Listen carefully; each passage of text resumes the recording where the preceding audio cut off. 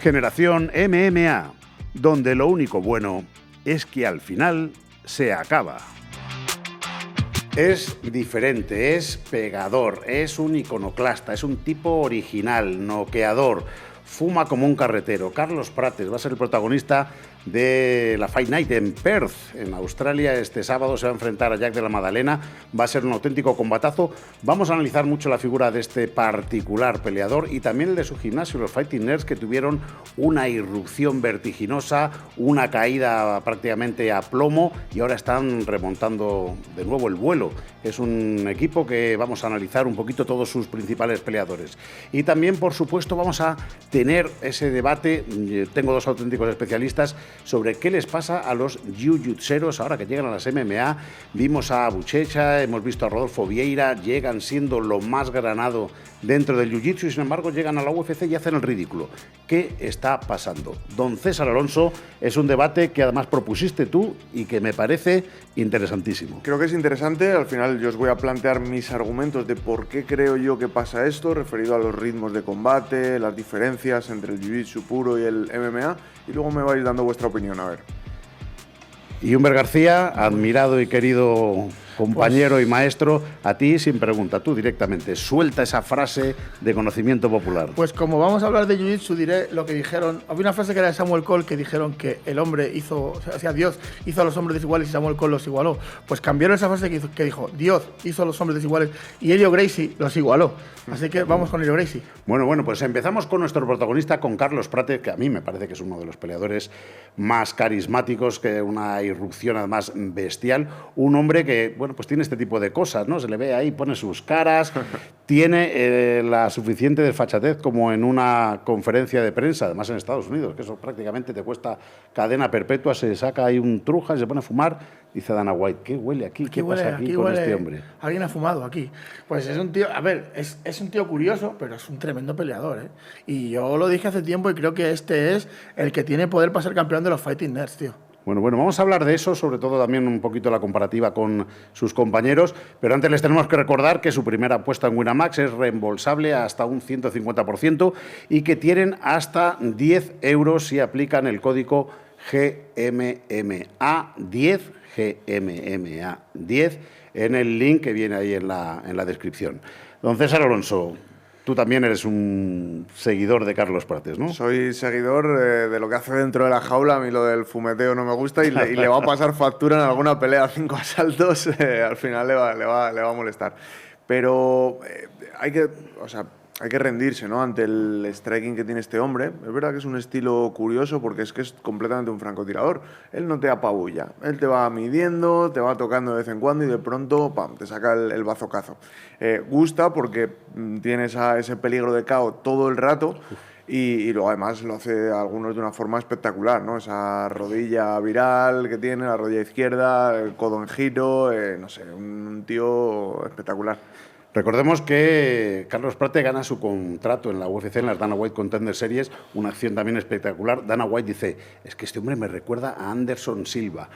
Entra en 2024 en la UFC, sus primeros 4 combates son caos con bonos.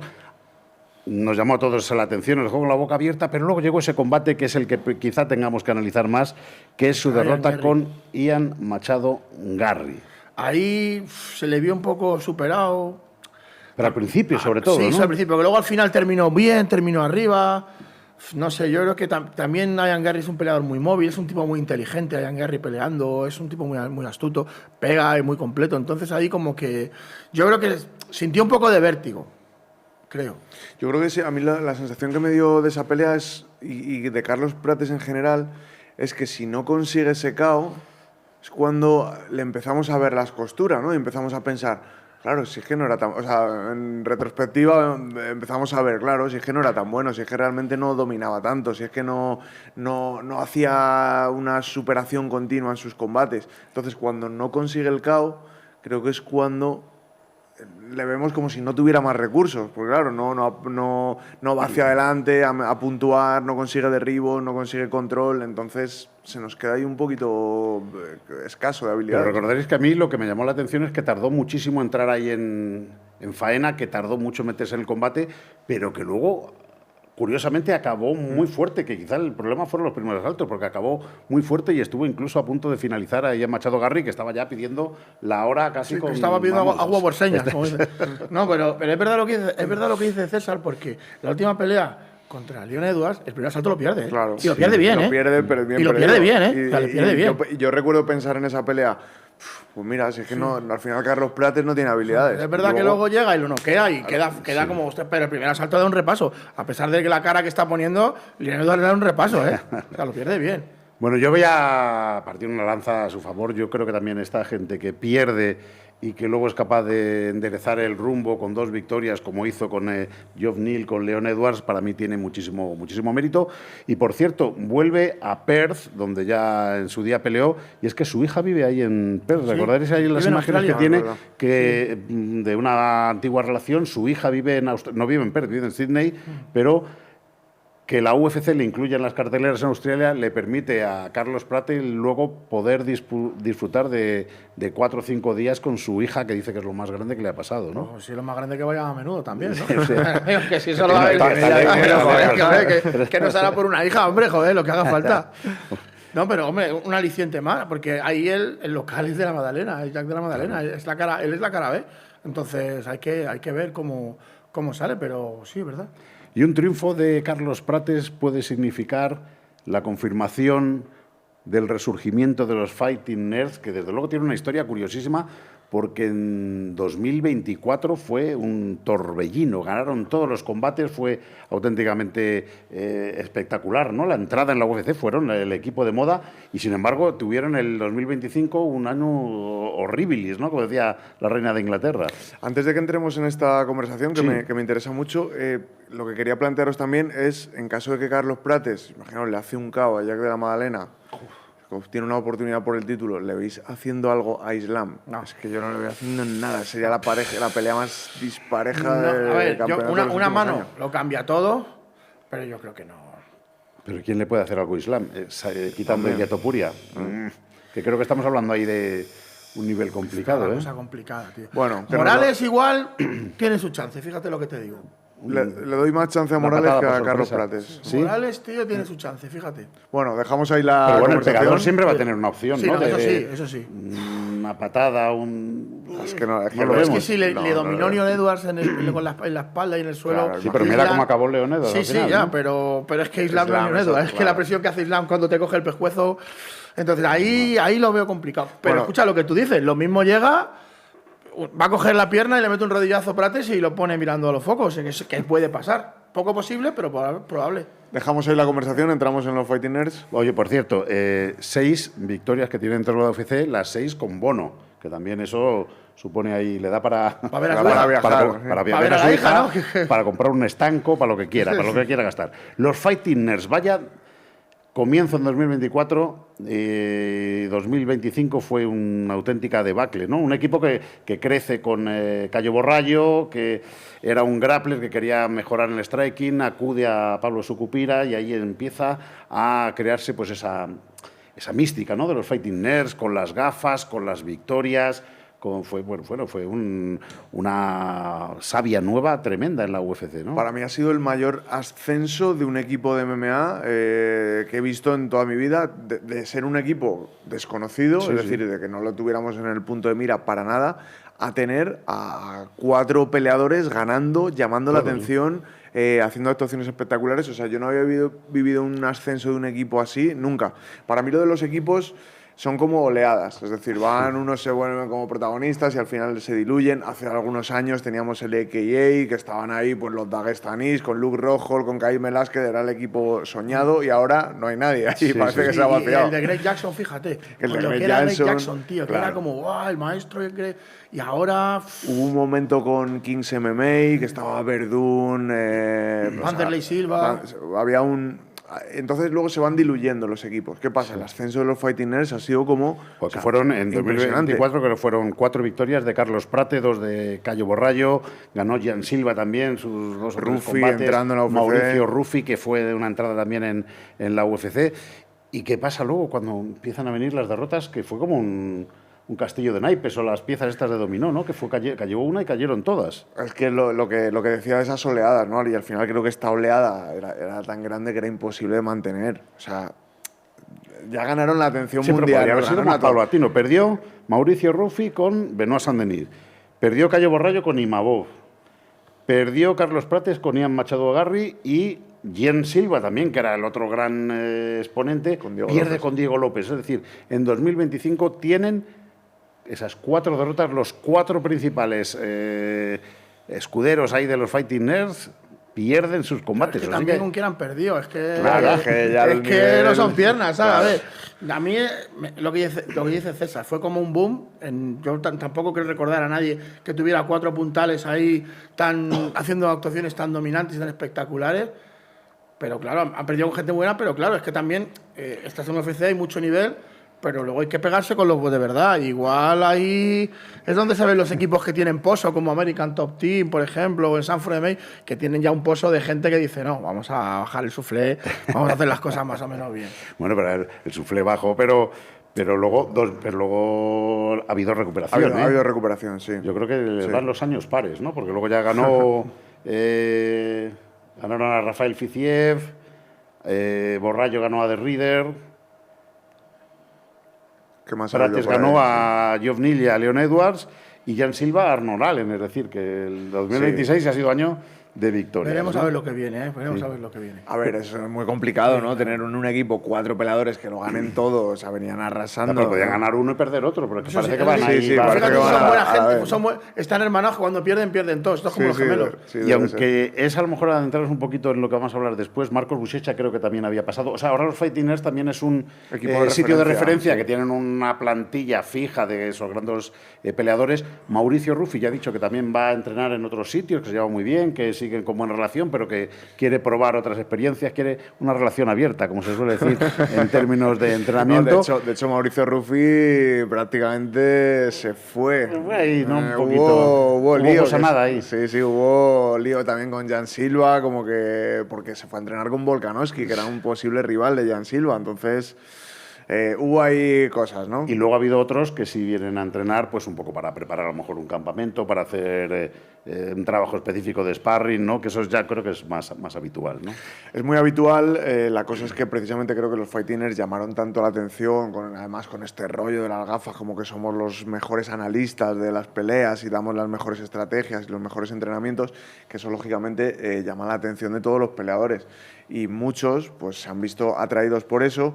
Algunos han ido para quedarse un poco, como Michal Oleksiejczuk, yo creo que hizo también se trasladó allí. Estuvo entrenando con ellos. Y luego otros que de pasada, pues que por lo menos por curiosidad quieren ver qué pasa allí, quieren ver, oye, cómo entrenan estos tíos, qué es lo que pasa, cómo habla el Pablo Sucupira qué detalles da que son tan importantes, o vamos a ver si realmente es tan importante o tan diferente lo que hacen allí, o simplemente es un gimnasio más que ha tenido un poco de suerte, ¿no?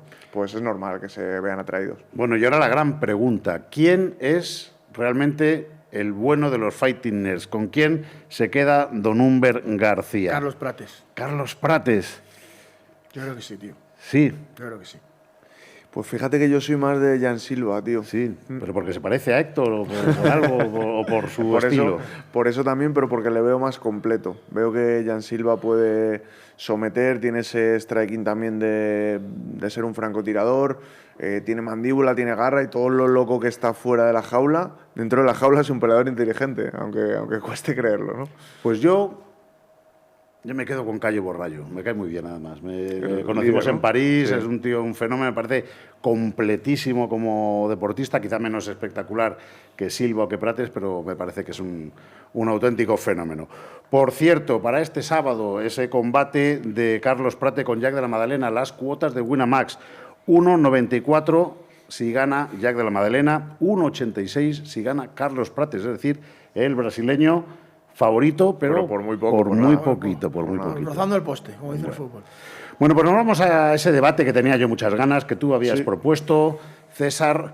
¿Qué pasa con esta gente de Jiu-Jitsu que otrora eran todopoderosos y dominadores en las artes marciales mixtas? Incluso pues, en los comienzos de la UFC está claramente dominado por el Jiu-Jitsu, y sin embargo ahora grandes peleadores que tienen el mejor palmarés, el mejor historial dentro del Jiu-Jitsu, llegan a la UFC y están dando vamos, la de arena, pasando, ¿no? la están pasando mal, No sé ¿no? si es la de Cal o de la de arena, yo creo que es la de arena. La de arena es la mala, La ¿no? mala es la de arena, no, pues la de arena. Sí, lo están pasando mal. Entonces, bueno, vamos a plantear este debate. Este sábado pasado, Rodolfo Vieira y Marcos Buchecha, pierden. Dos de los mejores de Jiu-Jitsu de su generación, de los más grandes que ha habido, los que más torneos tienen y más campeonatos del mundo, los dos pierden. Pierden además ante rivales que no son la gran cosa de la UFC, ¿no? Sino que son peleadores normales dentro del ranking de la UFC. Entonces, vamos a plantear las cuestiones del debate. Venga, a ver. Lo primero, el Jiu-Jitsu, lógicamente, y el éxito del Jiu-Jitsu dentro de las MMA y la revolución a nivel mundial del Jiu-Jitsu viene también en parte dada porque cuando una persona sabe Jiu-Jitsu está a años luz de alguien que no sabe. Eran los comienzos, quizás, ¿no? De la UFC, ya sea claro. un boxeador o un kickboxer, si tú sabes Jiu-Jitsu, no tiene nada que hacer. Estás 8 escalones por encima, lo vas a tirar, lo vas a someter, lo vas a hacer ver como un muñeco. ¿Vale? ¿Qué pasa con las MMA? Que al final pues todos ven en el Jiu-Jitsu esa capacidad, ese como tener superpoderes, y todos lo adoptan. Ya todos los kickboxers ya también entrenan Jiu-Jitsu, ¿no? Entonces, ¿quién gana, no? ¿Cuáles son las químicas que se producen? ¿Vale? Pues empiezan a volver peleadores completos que pueden hacer striking, que tienen derribos, que ya no son fáciles de derribar, que aunque los derribes se saben defender de tus técnicas de Jiu-Jitsu, pero la cuestión o lo que está ocurriendo es que un peleador como Rodolfo Vieira o Marcos Buchecha, probablemente si en una pelea solo de Jiu-Jitsu coge a cualquiera de los rivales que han tenido en la UFC, los ganarían fácil, los ganarían muy fácil, solamente en Jiu-Jitsu. ¿Por qué en MMA no es así? ¿Por qué no consiguen imponer su estilo? ¿Por qué no consiguen simplemente el derribo y convertirlo en una pelea de Jiu-Jitsu? Entonces, mi punto y lo que quería plantear es que pienso que los ritmos del Jiu-Jitsu son diferentes a los de MMA o a los del wrestling, que hablaremos también si realmente es una mejor base el wrestling para el MMA o el Jiu-Jitsu. En el Jiu-Jitsu hay una parte en la que sí puedes descansar el cardio. Es decir, cuando tú consigues el derribo y estás pesando, estás haciendo mucha fuerza muscular, pero no estás tirando de ritmo y de respiración. Incluso lo mismo cuando te derriban a ti. Te derriban a ti, estás con la espalda en el suelo, estás haciendo guardia o hay una batalla que es muy cansada, pero es una batalla más bien muscular. No es una batalla de ritmo de que tengas que hacer una infinidad de movimientos y que requiera un cansancio respiratorio, vamos a llamarlo así. En cambio, las MMA sí exigen ese cansancio respiratorio constantemente y pienso que el wrestling también. El wrestling también te exige las dos cosas. Aparte de la fuerza física, te exige no parar. Es decir, no puedes parar. En el momento en el que te paras en wrestling es cuando ya te han derribado y te meten puntos. En Jiu-Jitsu sí te puedes permitir ciertos parones para respirar. Y creo que esto es la clave un poco de por qué les vienen un poco mal las MMA a ciertos jiu-jitseros, porque ese ritmo de respiración no es el mismo y les hace lucir un poco peor cuando les exigen ese ritmo. Y han pasado ese tipo de cosas. Pues ver a contra Kennedy Nzechukwu, me parece que fue Marcus Buchecha el último combate. Hizo el empate, sí. Exacto. Pero porque le quitaron un punto. Si no hubiera perdido ese combate. Claro, y vimos incluso Kennedy Nzechukwu, digamos, dominar en partes en el suelo o por lo menos no ser sometido estando en el suelo contra un multicampeón de Jiu-Jitsu. Entonces, lo que planteo es eso, que creo que los ritmos de respiración son diferentes, muy diferentes en el Jiu-Jitsu y en las MMA. Sigo pensando que el Jiu-Jitsu es, lógicamente, para saber MMA tienes que saber Jiu-Jitsu, pero la transición es mejor la de la lucha a las MMA que la del Jiu-Jitsu al MMA. Os lo dejo ahí para que opinéis. Don Humbert, ilumínanos con su... A ver, eso que dice César es verdad, claro. Son dos deportes totalmente diferentes, son deportes de contacto, pero uno necesita más cardio aeróbico porque te mueven más, el ritmo es más completo. Los golpes. Ten en cuenta que tú en Jiu-Jitsu, lo que tú dices, estás en el piso, te derriban y paras. Arriba en MMA te han derribado. Esta es una situación que, en teoría, para un practicante de Jiu-Jitsu es favorable, como es entrar en guardia. ¡Pum! la cosa cambia. De hecho, Te han metido un codo y te han hay abierto. un dicho que dice, cada puñetazo es un grado menos. Entonces, eso es complicado. Cuando te empiezan a pegar, tu mente no fluye igual. Claro, ¿sabes? claro. Tu mente no fluye igual. Ya te están pegando, ya no tienes la claridad. El kimono influye muchísimo. Para amarrar el grappling, el jiu-jitsu es más técnico, pero el grappling es más dinámico. Necesitas moverte más porque no puedes amarrar a un tipo. Con poquito Sí, que pero, sudes. pero en principio los dos competían también sin kimono. Sí, ¿eh? sí, pero quiero decir que ellos Su base, ¿no? su base es el jiu-jitsu con kimono. Los dos compiten en grappling. Y luego hay lo que tú dices del wrestling, hay una cosa muy buena, tío, que en wrestling, aparte de que siempre estás atacando, si no te pitan pasivo, en jiu-jitsu mucha gente llega y se sienta, pum, directamente. O sea, han perdido la esencia de ir a derribar, de ir a por la pelea. Llegan y se sientan. Eso no lo puedes hacer en MMA. O sea, es imposible. Porque ya estás facilitando una situación de desventaja. Y tú vas con el chip de que en cualquier momento vas a jalar a la guardia, ¿sabes? Y eso cambia mucho, mucho. Y es... hay incluso campeones de MMA que han llegado a hacer... Khamzat Chimaev o John Jones era cinturón azul. Era cinturón azul, ¿sabes? Y sometió a Víctor Belfort. Cuando lo sometió cuando era blanco. Cuando todavía. era blanco, o sea, eso en Jiu-Jitsu no pasa. O sea, puede que haya un prodigio, un tío que se le dé muy bien y un azul de competición. Flavio Hernández sometió a Rodolfo Vieira. Claro, entonces eso es diferente. Entramos también en otro punto, que es el de las estrategias. Venga. Que lo vengo diciendo últimamente, es mi opinión y lógicamente debatible, pero precisamente también creo que algo que no favorece a estos jiu-jiteros que se meten en las MMA es que optan por hacer intercambios de boxeo antes de entrar a derribar. ¿Cuántas veces lo dices? Lo digo muchísimo. ¿Por qué no entrar a derribar? Lo digo Se muchísimo. está midiendo en el striking, pero al final cuando vaya a intentar el derribo está golpeado, está cansado y no es lo mismo. Exacto. Siempre Lo lo vemos muy a menudo. Lo César, vemos muy, que a, nos lo llama vemos la muy a atención, menudo. Y fijaos que, lógicamente, yo a mi nivel de los sparring que hago también lo noto en muchas situaciones. Es decir, yo a veces he hecho sparring con gente que es mejor que yo en el jiu-jitsu, que sé de sobra que es mejor que yo, porque rodando simplemente me finalizan. En cambio, hacemos un asalto de MMA y cuando Cambia la dinámica, ya ¿no? les he metido 2 o 3 golpes, ya cuando entran a derribar, ya les defiendo el derribo. Y viceversa, me ha pasado al revés también, de querer intercambiar con alguien y cuando ya me ha pegado y quiero entrar a derribar, ya no entro con la misma potencia y me defienden el derribo. Entonces eso lo veo también en estos altos niveles. Veo a peleadores que su especialidad es el grappling, pero por supuesto habrán entrenado striking y bien porque se sienten confiados en el striking o bien porque quieren dar más espectáculo, optan por el intercambio de golpes y cuando quieren entrar a derribar ya no lo consiguen y ya se les estropea la pelea. Por supuesto hablando de alguien que sabe perfectamente que es mejor que el otro en el suelo. Entonces lo veo en muchísimos combates. Bueno, Mackenzie Dern es de las pocas que sí que lo ha acabado llevando bien, Nuestra amiga Mackenzie. La lleva bien, ¿no? Sí, lo lleva muy bien. pero Gilbert muchos Burns peleadores... también, o sea, es que yo creo que también son buenos jiu-jitseros, Sí, pero son hay algunos peleadores muy completos. Exacto, ¿no? hay algunos que lo han adaptado genial, pero en este caso, ¿no? Rodolfo Vieira y Marcus Buchecha creo que se meten en intercambios que no deberían. Tenemos ahí a Beatriz Mezquita también, que acaba de llegar a la UFC. La verdad que le han puesto dos rivales más o menos asequibles, pero ¿podrá adaptarse? Por ejemplo, también otra que viene, además en las categorías femeninas, que quizá pues haya menos contundencia, menos KO.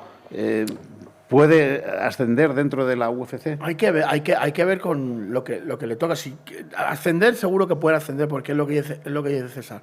Si te caes al suelo con alguien que sabe menos jiu-jitsu que tú, lógicamente lo vas a pasar mal o te va a finalizar. Eso 80 de 100 veces. El problema es cuando el otro no se deja caer en el piso y te defiende bien. Claro. Ese es un problema serio. Y aparte, es una cosa curiosa que no entran a derribar, siendo más fácil derribar en una jaula, porque en un tatami te sales del tatami y te paran, pero en una jaula le llevas, metes presión con el hombro y en algún momento puedes derribar. Ese es el problema que tiene el jiu-jitsu a comparación con el sambo, que el sambo tiene su variante de grappling, pero su variante de MMA. Por eso la gente que viene del sambo suele hacer mejor desempeño, porque está acostumbrado a eso. Sí, sí. O sea, es como, ¿me pegas? Bueno, no pasa nada. Yo sé lo que me pasa cuando me pegas. Entonces, si me frustras arriba, siempre tengo la opción de derribarte. En cambio, en jiu-jitsu, así como tú tienes un proceso largo para convertir a un tipo en cinto negro de jiu-jitsu, tienes un proceso largo para convertir a un tipo de jiu-jitsu en un striker. O sea, tú por mucho que entrenes 5 horas al día en un mes o en 2 meses, si te fajas arriba con alguien, amigo, te va a pegar. El último punto, Jorge, es lo del tiempo, ¿vale? Es verdad que el que los asaltos sean de 5 minutos, pues siempre va a desfavorecer al jiu-jitsu, ¿no? Creo que también es un punto importante. Si a lo mejor viéramos las peleas seguidas de 15 minutos, quizá tendríamos más éxito en algunos jiu-jitseros. Bueno, pues ustedes también pueden opinar en la sección esta de comentarios que tiene YouTube. No solo se metan con el peinado de Gonzalo, hagan crítica constructiva, que es mejor el jiu-jitsu, el wrestling, todo lo que quieran. Llega el momento esperado, la sección de PDP, Pedro de Pablos. Peter de Sticks, hay que llamarle ahora. Sí, perfectamente. Esta semana vamos a ser un poquito crueles, como viene siendo habitual en cada sección, básicamente. O sea que no hay ninguna sorpresa. Y es que es semana de UFC Perth, todo el mundo se fija en Carlos Prates, en Jazz de la Madalena, pero tenemos de nuevo a Junior Tafa presente, macho. Ay, va. No se despega, ni con agua caliente le consiguen echar de la UFC. Y en honor a él, de hecho vamos a ir viendo la primera imagen que en pantalla, que es la de él mismo, este fin de pelea en el evento. Falta su hermano. Hay que decir que tiene 7 peleas en la UFC. Tiene un récord de 6-5, ¿vale? Ya con eso te llama la atención, dices, este tío no sé qué hace aquí. Pero es que entró a la UFC siendo invicto y actualmente tiene un récord de 6-5 porque perdió 5 de esas 7 peleas que ha hecho en la UFC. Por lo tanto, lo que no se entiende es cómo le siguen renovando. La buena noticia es que si se lesiona puede subir su hermano al octágono en su lugar, que ha pasado más veces con otros rivales. La mala es que son igual de malos. O sea, no sé qué opináis vosotros al respecto, pero creo que próximamente, posiblemente, veremos al tuitero este de Fight News de UFC Removed, creo que se llama, que anuncia los despidos de la UFC. El que pone las X rojas ahí bien grandes, ¿no? Sí, yo creo que están esperando. La gente tiene las notificaciones puestas este fin de semana por si pierde Junior Tafa, para ver si por fin le despide. No sé si estáis en mi barco aquí en este tema. Ha venido a dar caña. Bueno, no, pero es lo habitual. Pablos, ¿eh? Bueno, estos son como los hermanos Malasombra, prácticamente, porque... Los Dalton. como los hermanos Dalton. Son ¿Hay una competición en PES por ver quién lleva el bigote más ridículo? A mí me hizo gracia. Bueno, tendremos oportunidad de hablarlo porque es una exhibición de mostachos de distintos tipos. Los bigotes pueden ser en plan morsa, en plan pencil, en plan chevron, que es este que es como una V, herradura, como el de Hulk Hogan. Tendremos oportunidad de hablar de todos los tipos de bigote, que es un tema apasionante, ¿eh? Te digo. Eso sí, a los hermanos Tafa se le llama a los hermanos Estafa, que mandamos aquí un saludo a Pelu. Pero sin embargo, hablando de estafas, hay una estafa de verdad, que es el de la siguiente foto, que es Askar Mozarov. Seguramente os suena este nombre. Sí, este le tengo yo controlado. Este le tienes controlado, sí. Para quien no le conozca, que hay un vídeo, bueno, hay bastantes vídeos sobre lo que pasó con este tipo en YouTube. Este tipo llegó a la UFC falsificando su récord, falsificando hasta su nombre. Pero bueno, hombre. Y dijo que iba 22-5, ¿vale? No, perdón, 25-7 era el récord que dijo que tenía. Se acerca la semana de combate, contra Alonso Menifield, que encima es un tipo... Alonso Menifield es un tipo reputado, respetado dentro de la compañía. Y cuando quedan pocos días para el combate, investigando sobre él, la gente de Tapology, la gente que empieza a investigar, el récord se le queda en digamos que 19-13. O sea, para que veáis de 25-7 a 19-13 cómo varía la situación. Y las victorias dudosas, y se cambió de nombre varias veces en Tapology para quitarse derrotas. O sea, tiene una historia este hombre. Es un jeta, curiosa, Esto es como las folclóricas, en lugar de años se quitan peleas perdidas, ¿eh? Sí, total. Joder. O como Roldán, ¿te acuerdas? Llegó a director general de la Guardia Civil y tenía 4 o 5 carreras que luego no tenía ni ninguna, nada, hombre. A ver, don Pedro, ¿alguna cosa más ahí?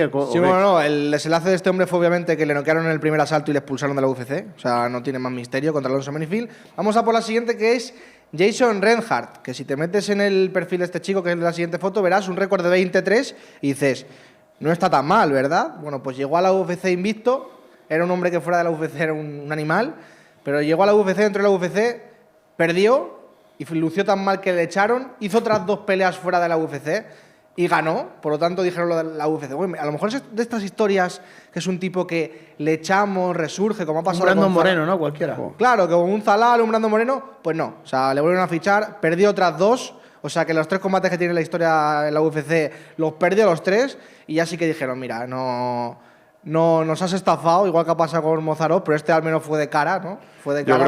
Yo creo que la estafa de este también tiene que ver con vitaminas extra, ¿no? Por ese cuerpo, Humber, ¿qué opinas? Esto, como experto en la materia, diré que...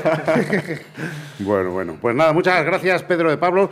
Recordamos la cuota Team Elliot 3.85, Steve Erceg 1.26 para la cartelera de este sábado y nosotros volveremos mañana, así que están aquí en Generación MMA. Mañana volvemos.